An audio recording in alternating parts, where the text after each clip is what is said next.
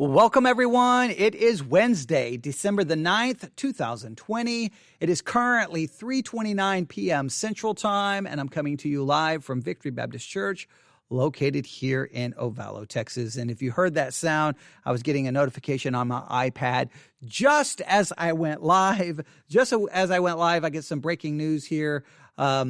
And I'm not going to go into all the discussion of what the news is because it would take away from what this episode is about. So let me give the introduction again. Welcome, everyone. Good afternoon, everyone. It is Wednesday, December the 9th, 2020. It is now 3:30 p.m. Central Time. I'm coming to you live from Ovalo, Texas, where it's almost 80 degrees outside this Wednesday afternoon here in West Texas. It's a sunny, warm day. I don't even know if there's a cloud in the sky. As I tell you often, when the weather is halfway nice, sometimes I'll sit here in the church and just leave the door open. That's as close as I'm going to get. That's as close as I'm going to get to being outside, because I'm not really an outside person. But yes, it's a beautiful day. I'm here at the back of the sanctuary. I don't know if you can hear all the things falling off the table. Right. So let me pick everything up. I have notebooks. I have books. I have 2 copies of the book that we have been studying now for a very long time, The Imitation of Christ by Thomas à Kempis. I have 2 copies. I have the an older translation and a more modern translation. And sometimes we go back and forth, but it's time for us just to open up the book, sit back, let's read it, let's talk about it. Let's see what spiritual food is that we have for us today, right? I mean, let's partake in a little spiritual nourishment. Let's turn our thoughts to things spiritual. I know there's so much noise happening in the world. I mean, look, right there when I was trying to go live, I'm getting breaking news about a big political thing going on. I understand there's so many distractions, but we definitely sometimes need to silence everything, still ourselves, find a place where we can spend some time in some spiritual meditation. And I've really tried to get people in 2020 to dig into The Imitation of Christ by Thomas à Kempis. Have I been successful? I don't know. I don't know. Some of you have definitely been very encouraging about the series, and I greatly appreciate that. That's kept me going. You've kept me motivated. But I hope that more people, I hope they'll come across the messages at some point, and it will benefit them. It's been at times it's been an embarrassing journey through the books at times because of my mess ups. It's been fun, but the mess ups have served as a spiritual lesson. So I think everything that's happened in the series ultimately serves as a spiritual lesson and hopefully some spiritual instruction, not only for you, but hey, this has been convicting for me. Someone talked about how convicting some of these chapters are. I know. I'm with you. I'm the one reading them. I'm the one thinking about what to say, and I'll sit back and after I'm done with the chapter, I'm like, I don't know if I did that chapter any justice, but whoa, there was a lot there. So here we go. Are you ready? We're still in book 1 of The Imitation of Christ by Thomas à Kempis, and today, this afternoon, we come to chapter 16. And my old copy, I have to be very careful because my old copy is literally about to fall apart. I've had this copy since, 1993? I think I've owned this copy since 1993. I don't know how many times it's been read, but it's literally about to fall apart. I don't know if you can hear it. Every time I move, I don't know if you can hear this sound. It's like it's a tearing sound. I don't know if you can hear it, but I've got to be very careful. I don't want this to fall apart. If I start weeping uncontrollably, right, just falling on the floor weeping, it's because my cherished copy is done. It's destroyed. But let's just dig in. You ready? Chapter 16, book 1, Thomas à Kempis, Imitation of Christ. Here is the title of this chapter: Bear with the defects of others. Bear with the defects of others. Now, let me ask you a question before we even read what Thomas à Kempis has to say. How do you deal with the defects, the flaws of other people? How do you respond to the defects and the flaws and the shortcomings and the failures and the mistakes of other people? How do you deal with it? Are you compassionate? Are you patient? Are you long-suffering? Are you prone to getting irritated and frustrated? I think this is very important, and I want you to hear what I have to say. Listen to me carefully. Even before we look at what Thomas Kempis has to say, because I've been sitting here looking at the title of the chapter, just thinking about it, just bearing, and I'm going to read it again because I don't want to misquote it here. Bear with the defects of others. Bear with the defects of others. In the more modern translation, they give this title to the chapter of bearing with the faults of others.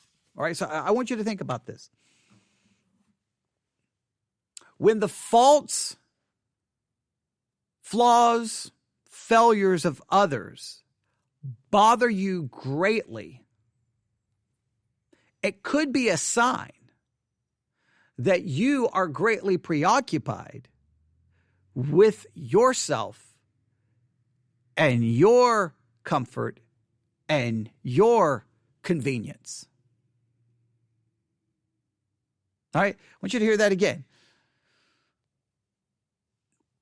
When it comes to the flaws and failures and shortcomings and mistakes of other people, if you find yourself being bothered by it, in other words, you're not really able to bear it. You cannot patiently deal with it. It says more about your preoccupation with yourself, right? When you're bothered greatly with the shortcomings and failures and flaws of other people, it's because you're preoccupied with yourself. See, when you cannot really bear other people's flaws, other people's failures, other people's shortcomings, you can't really deal with it. It says that you're preoccupied with yourself. I'll give you a great example. Of this. One thing I cannot tolerate, I despise beyond all comprehension, is other people who don't show up on time. Because to me, it's a slap in the face. To me, people who don't show up on time, by very definition, they think the world revolves around them. They're narcissistic, self-absorbed people because they think, look, they're running late and it doesn't matter if it impacts anybody. Who cares if it impacts anybody else? I don't care. I'm just going to show up whenever I want to show up. And if it bothers you, so be it. If it makes you late, if it delays you, I don't care. It's all about me. So when people do that, I get bothered. Okay. Like, you don't even understand. See, my thing is if we say 7:00, you better be there at 6:55. If you're not, and part of this is the way I was taught by my mom. My mom would say, well, I'm leaving at 6:55. If you were not ready at 6:55, don't even think I'm exaggerating here. She left. She didn't care. She didn't care if you were at a department store. If she said, we're leaving at this time and you need to be back at this cash register at this, she would leave you. She didn't care if you were at Six Flags and the family was leaving and you lived hours away from Six Flags. If you weren't where you were supposed to be at the time she told you to be there, she left you. There was no mercy. There was no understanding. There was no, who cares? I don't want to hear your excuse. There was a time you weren't ready because you thought you were more important than everyone else. That's the way she made it very clear that you are an arrogant jerk because you don't care about how your actions impact anybody else. So it bothers me. Now, here's the thing. That, on one hand, I think I can make an argument that people who show up late are arrogant, narcissistic, because all they think about is themselves. I don't think about how it impacts anybody else. And usually the people who show up late just kind of come walking in like, da-dum, da-dum, da-dum. Okay, now you can start. Like it's almost this arrogance. It's like, no. You're delaying everyone else. Everyone else is delayed because of you. All right. You should be apologetic and fix the behavior so it stops impacting everyone else. All right. And that's one thing I loved about the military is they didn't tolerate that. You were on time. And And, my boss said, if your work day starts at 7 a.m. and you're not already at your desk ready to work at 7 a.m., you're late. So really you need to be here earlier than that. So the military didn't tolerate that, but okay. But you get the idea. So, I want you to hear what I'm about to say. It bothers me. And I think it's narcissistic, but the fact that it gets me so upset means I'm not bearing with their flaws. I'm not bearing with their shortcomings. I'm not bearing with their mistake. I'm not bearing with their irresponsibility. I'm not bearing it at all. Okay. Because I am preoccupied with me. See, it impacts me negatively. It delays me negatively. It bothers me. So I'm preoccupied with myself. The more one is preoccupied with themselves, the less likely they will be to bear other people's flaws, shortcomings. They won't do so. They won't do so. Again, let me read the name of that title. Bear with the defects of others. I won't be able to bear the defects of others. I won't be long-suffering. I won't be patient because I'm preoccupied with self. See, the existence of self, you can't bear with the defects of others unless those defects don't directly impact you. Like sometimes you may be, look, this is how you know if you can really bear the defects of others. It's when those defects truly impact you. Then you know. So, but even if they don't impact you and you just don't bear with the defects of others because you show no compassion and no mercy and you're not sensitive to the defects of others, you're still preoccupied with yourself because you still think everything is about you. That's why the whole Christian life is begins with this idea of repent, take up a cross, die to yourself. Dying to yourself is essential to Christianity. As long as self is in the way, so much of the biblical model doesn't make sense. The biblical model is never about you, never about you. It's considering other people, putting other people about you, loving other people. It's not about you. It's not about your rights, your way. It's completely contrary to that. So I'm not good at bearing with the defect that other people have of not showing up on time. It makes me angry because to me, it's narcissism, and it is narcissism, and it is a selfishness, and it's an arrogance, and it's not thinking about other people at all. They only think about themselves. That is true. And I think people who show up late need to start viewing the reality that life is not about them. It's about, that it doesn't revolve around them. There are other people involved. But at the same time, while they need to focus on them, I need to focus on me and ask myself, why can I not bear with that defect? I could blame it on the way I was raised, right? Maybe, but still, as a Christian, what it demonstrates is that I'm preoccupied with myself. All right. I don't know if that's the best example, but that's already got me thinking. There's already a lot of conviction here. You probably have your own thing. So let's just ask each other. You can ask yourself the question. I'll ask myself the question. How well do I bear with the defects of others? How well do I put up and deal with the defects of other people? Well, how do I usually respond to the defects of other people? When you see other people's flaws, other people's mistakes, other people's sins, do you bear them or do you broadcast them? Do you seek to help and restore, or do you seek to expose and destroy? Right? A lot of different ways. Let's see what Thomas à Kempis has to say here. All right. So that was bear with so we started with bear with the defects of others by me. All right. So you got my perspective. Now let's see what Thomas à Kempis, who is much smarter than I will ever be, let's see what he had to say. All right. Here we go.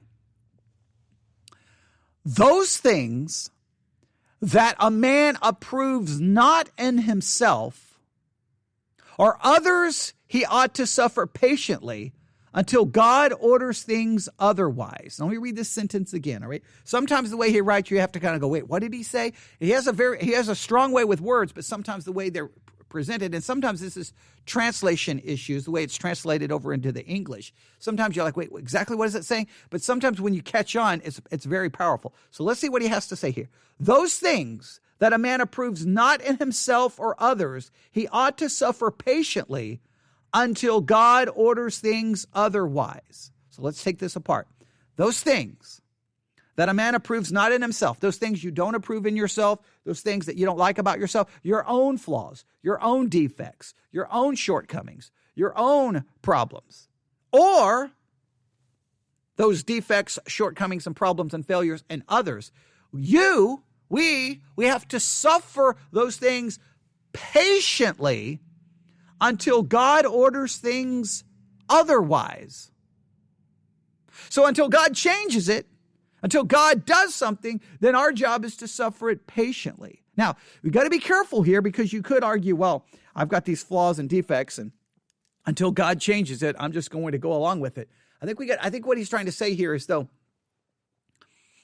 there is a right way to respond and there's a wrong way to respond. Now, I don't think in any way, at least I'm pretty sure Thomas Kempis is not in any way trying to argue, hey, you've got all these defects and flaws, just go along with it. But there's a correct way to handle it, right?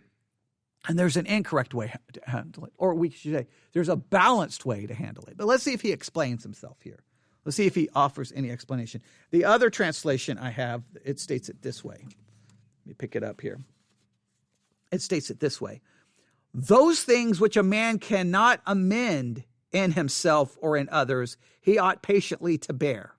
Now that kind of adds a little clarification. In other words, those things that you can't change in yourself and that you can't change in other people. There's things that may be beyond our control to change. We're going to have to be patient with that.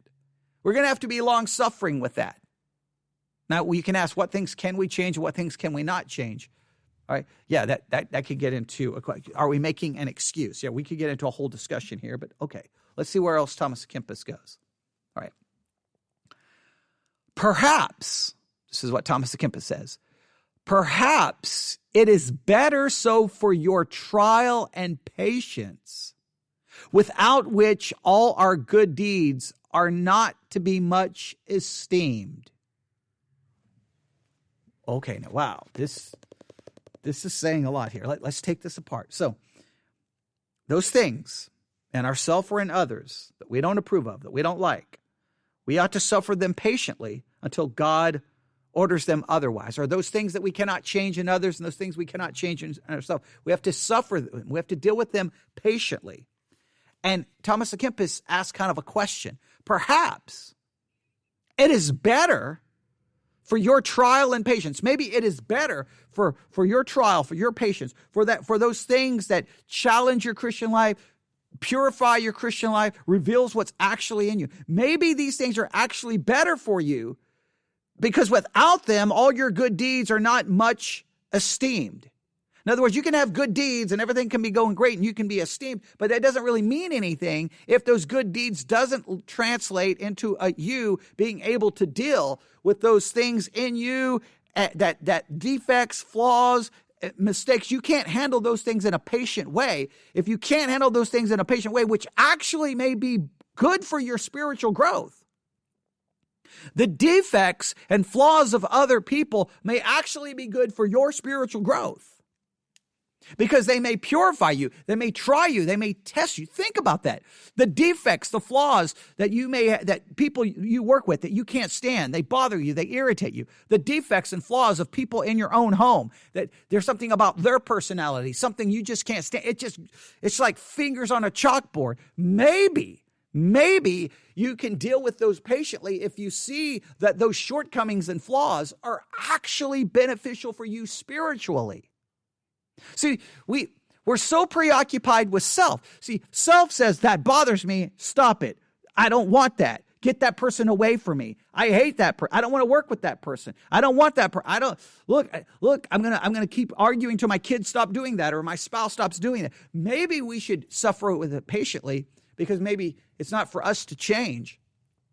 And we understand that it could be working for our own spiritual benefit to purify us, to challenge us, to reveal what's actually in our heart. But listen, the only way this works, and I've stated this now a number of times in this book, is for us to desire spiritual growth above our own comfort. Let me read this from the other translation. I don't know if we're going to get very far in this because this is some really good stuff here, all right? So let me read this all together, all right? And I'm going to read most of this paragraph in the newer translation. the more modern translation. Those things which a man cannot amend in himself or in others, he ought patiently to bear until God shall otherwise ordain.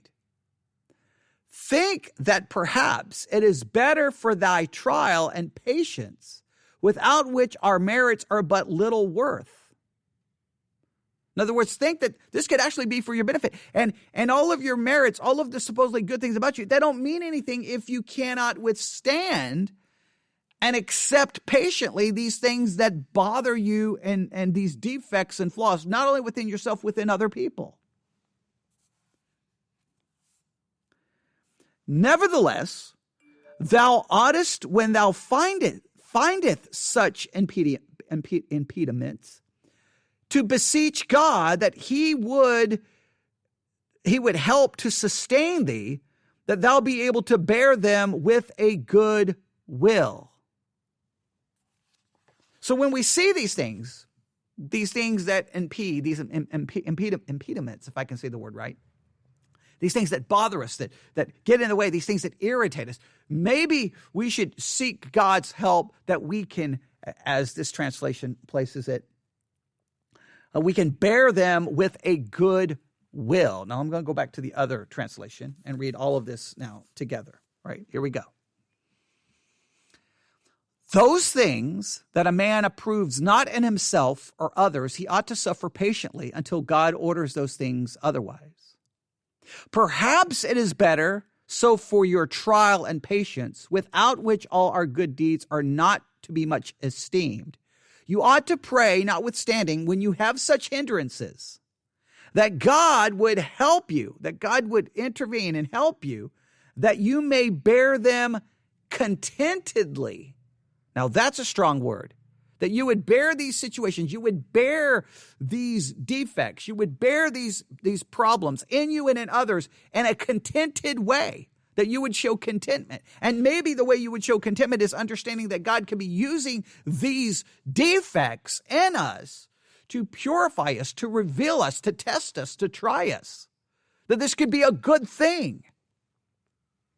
Now this gets down to the very, now remember, Thomas à Kempis lived in a monastery. He was stuck with the people in that monastery. He was stuck with them. There was no going anywhere. There wasn't changing jobs. There wasn't moving cities. He was with these people. And I bet you there's people in the monastery that bothered and irritated. Just like there's people in your church that bother and irritate. There's people in your family that may bother and irritate. There's people at your workplace. And what we tend to do is we'll do everything we can to get away from that person, because we are so preoccupied with our own comfort and our own peace and contentment. But maybe we should be contented to accept this patiently, that God is using it to reveal what's in us, a lack of love, a lack of patience, whatever the case may be, and it's a good thing.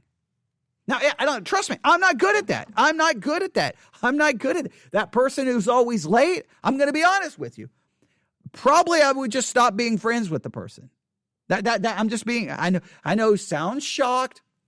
Look, if you want, fake righteousness, there's plenty of other, places you can go hear people put on an act that they're so godly and perfect. I'm not going to put on that. I'm not godly and perfect. I have my flaws, and that's my thing is, look, if you're going to be late, I don't know.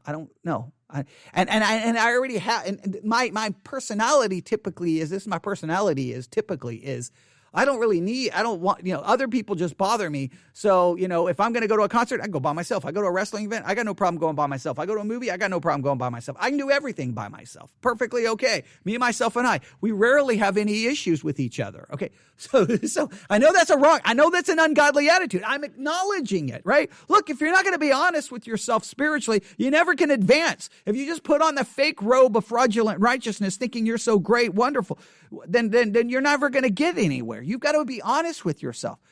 No matter how much you try to pretend you're so wonderful, there's certain people that bother you, and you do things to stay away from said person. You can't stand them. I'll give you an example. When I joined the United States military, obviously I went to Lackland Air Force Base for basic training. Then I was sent to Shepherd Air Force Base in Wichita Falls, Texas, for the medical administration training. I was there. How many weeks was I there? I don't remember how long my technical school. And this is basically, for those who are not military, you go to your school so you'll get your technical training for your job. So you'll be qualified then to go to your permanent duty station, wherever that is, and start doing your job. But you got to go to school to get equipped and be trained for your job. Well, there was a number of students there who hated my guts. They hated my guts. They could not. It was me and my roommate. They hated us, right? Because my mentality was, if I've got to be here 8 weeks, 12 weeks, whatever, how long it was, you know what? I'm going to have as much fun as I can. I'm going to do my job right. I'm going to pass the test, but I'm going to enjoy myself. I'm going to enjoy myself like crazy. I'm going to have fun. I'm not going to gripe and complain. I'm going to be content, but I'm going to have fun. I'm going to make the most of this. And it irritated people. A lot of times when we were out, especially when we were out doing war training, we're out in the middle of nowhere, living in a tent and all the stuff we had to do, and bombs falling at us and all the things we had to do.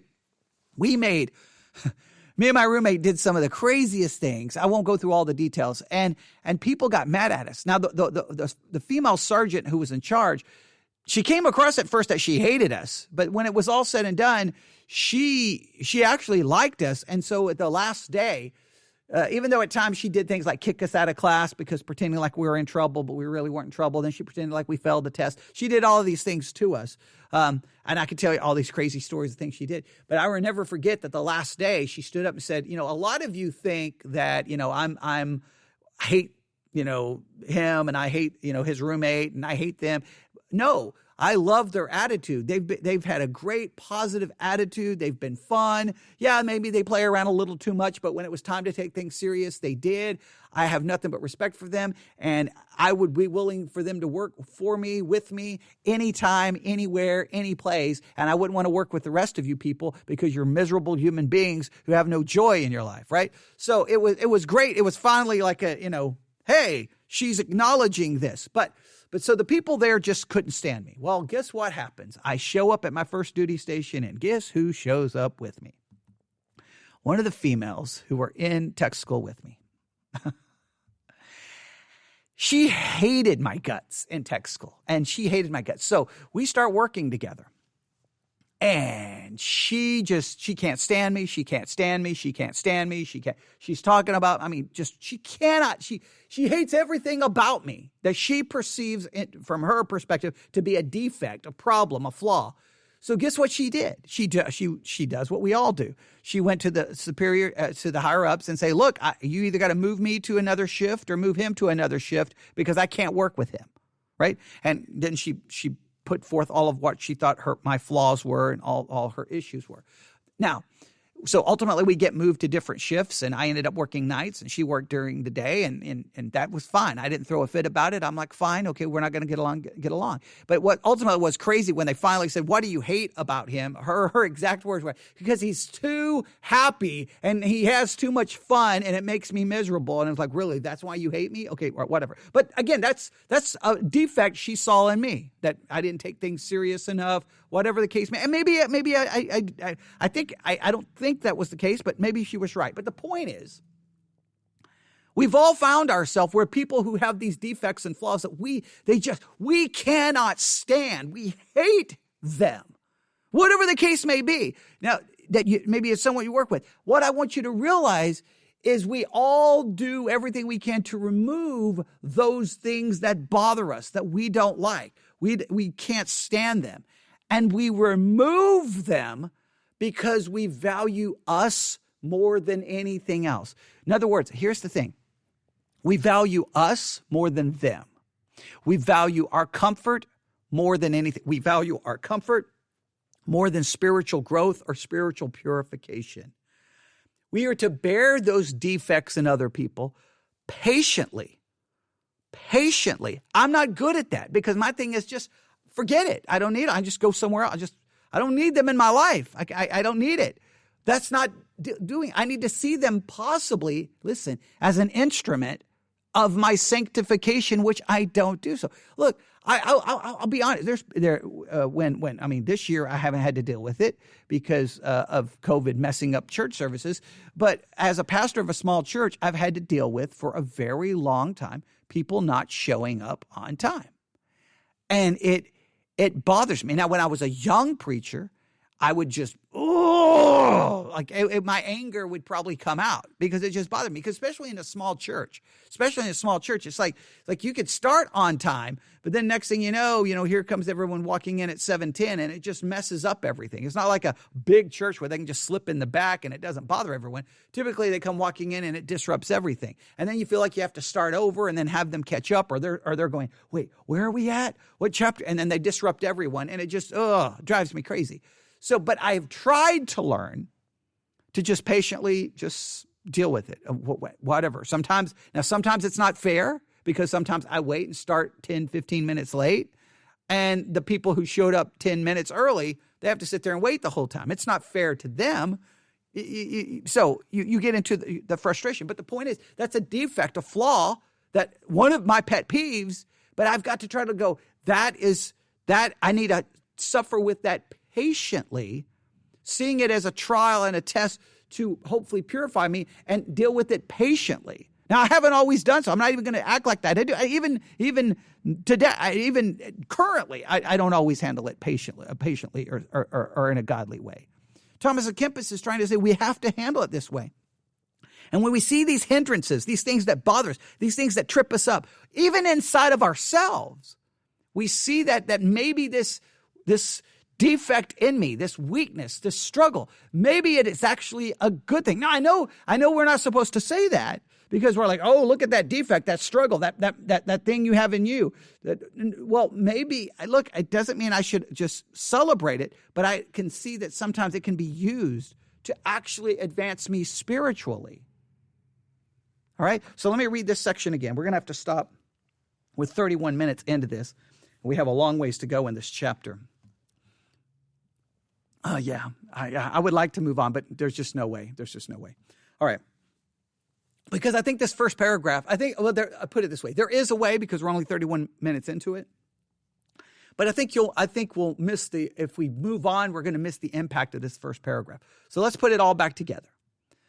Those things that a man approves, read this again. Those things that a man approves not in himself or others, he ought to suffer patiently until God orders things otherwise. Perhaps it is better so for your trial and patience, without which all our good deeds are not to be much esteemed. Again, you can think that you're such a good, wonderful person. You can think you're so godly, but when someone else's defects either bother you, irritate you, trip you up, or those things inside of you, that's going to reveal how your real character. They're going to really reveal what's there. They purify, but they reveal. And so you can think you're godly until you are confronted with the defects of others and in yourself. And then all of a sudden you find out the reality. You find out the truth. And we should want that truth to be revealed. It's not always pleasant, but we should want that. We should celebrate that. All right? You ought to pray, notwithstanding, when you have hindrances. Or no, hang on, let me go back and read this. Okay, perhaps it is better so for your trial and patience, without which all your good deeds are not to be much esteemed. You ought to pray, notwithstanding, when you have such hindrances, that God would help you, that you may bear them contentedly. And they've got Matthew 6:13 here. Let me see what Matthew 6:13 has to say.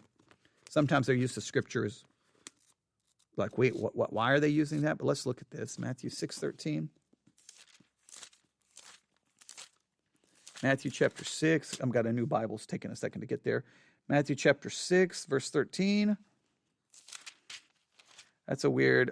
And lead us not into temptation, but deliver us from evil. For thine is the kingdom and the power and the glory forever. Amen.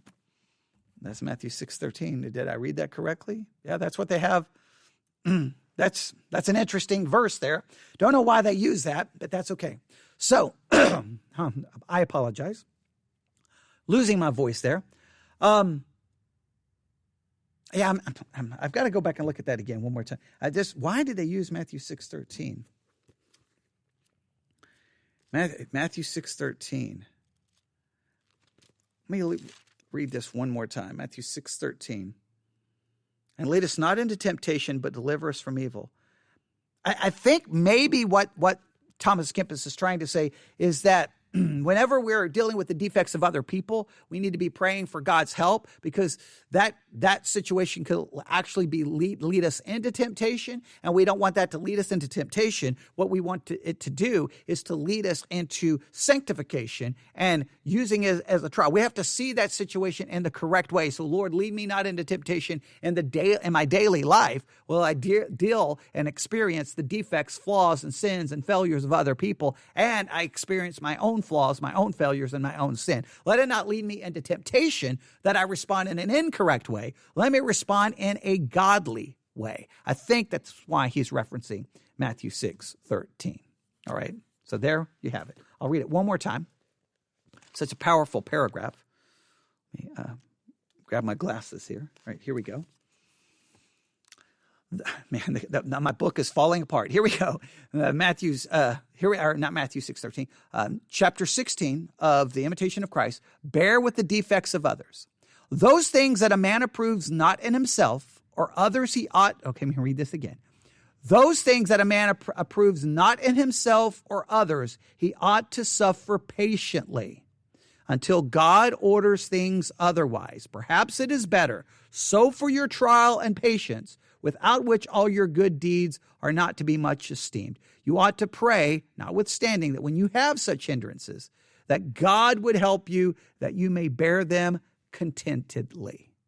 You bear these flaws, failures, all of these things in other people and in yourself contentedly, with contentment, because you see that maybe they're being used for your spiritual advancement. All right, wow, that's a convicting chapter. I want to move on, but we'll stop right there. All right, there you have it. Bear with the defects of others. Chapter 16.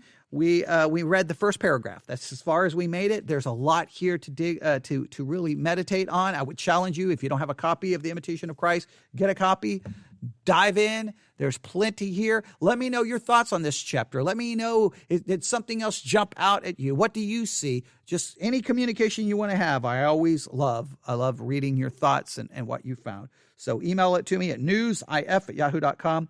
newsif@yahoo.com. That's newsif@yahoo.com. Sorry, I wasn't talking directly into the microphone. I was looking down because I was getting more notifications on my iPad, and I was seeing what people were saying. All right, so yeah, even more notifications. All right. So, but I won't go into people are sending me they're sending me different articles. So they're probably not listening to me live. So that's probably what's going on there. All right, we'll stop right there. newsif@yahoo.com. newsif@yahoo.com. Everyone have a great day. God bless.